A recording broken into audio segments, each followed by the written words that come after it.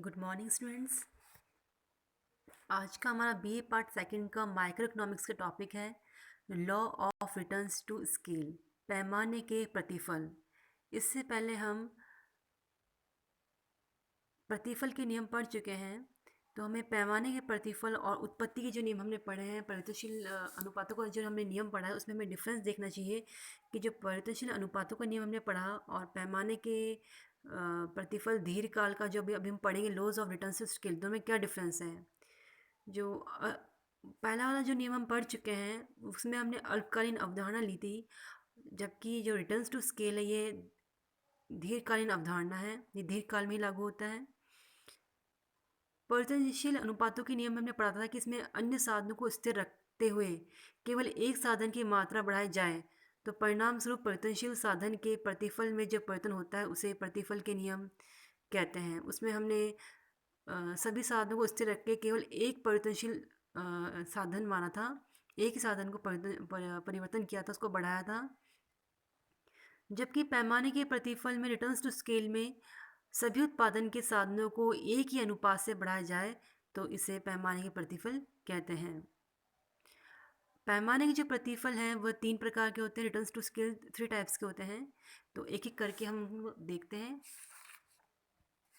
सबसे पहले है इंक्रीजिंग रिटर्न्स टू स्केल, पैमाने के वर्धमान प्रतिफल।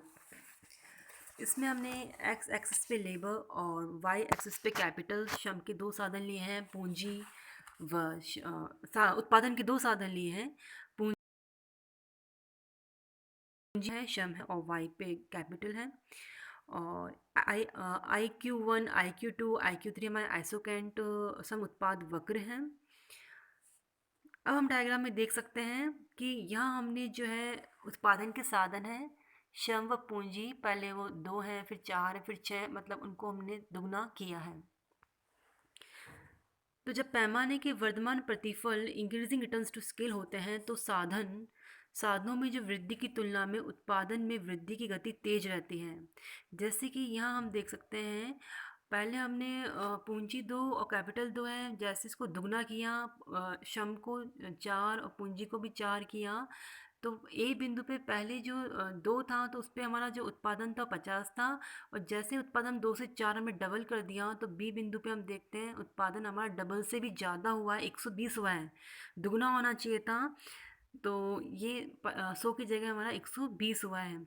और हम जब श्रम व पूंजी को और उत्पादन के साधनों को हम दुगना करते हैं, 6 करते हैं, तो सी बिंदु पे देखते हैं 120 से 200 हो गए हैं। मतलब ये उससे मतलब श्रम को जितना बढ़ा है उससे ज़्यादा हमारा उत्पादन उससे कहीं ज़्यादा तेज गति से बढ़ा है। अतः उत्पादनों के जो ऊंचे स्तरों के समुत्पाद वक्र क्रमशः पूर्व समुत्पाद वक्रों के निकट आते जाते हैं। इसमें हम देखेंगे कि जो आइसोकेंट कर्व से एक दूसरे के पास आते जाएंगे, मतलब उतनी ही पूंजी और श्रम में हमें ज़्यादा उत्पादन मिलता जाएगा। उत्पादन दुगना करने के लिए साधनों का दुगना या तिगुना नहीं करना पड़ता हमें। इसमें मतलब इसमें हम देख रहे हैं कि साधन दुगना करने पे उत्पादन उससे कहीं ज़्यादा हो रहा है, दुगने से भी ज़्यादा हो रहा है। तो इसे हम कहते हैं इंक्रीजिंग रिटर्न्स टू स्केल।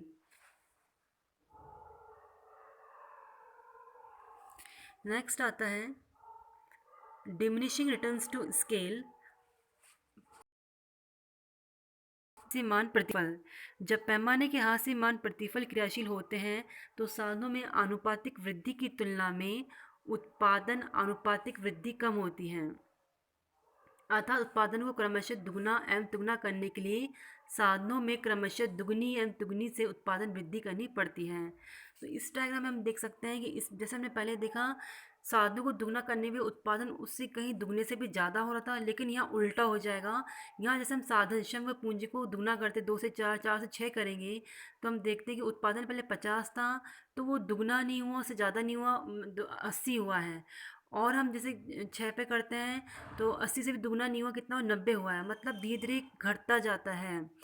तो जितने हमें श्रम पूंजी बढ़ा रहे हैं तो उत्पादन बढ़ने की जगह यहाँ घटता जाएगा, उतना हमें प्रोडक्शन नहीं मिलेगा। तो इसे कहेंगे डिमिनिशिंग रिटर्न्स टू स्केल।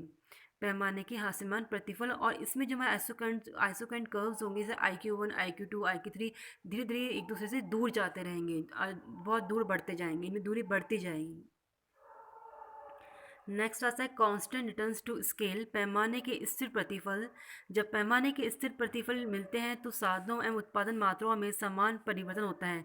जितना हमने साधन और पूंजी में, मतलब उत्पादन साधन जितना उसको दुगना करेंगे, जितना जिस तरह से हम बढ़ाएंगे, उत्पादन भी उसी अनुपात में बढ़ेगा।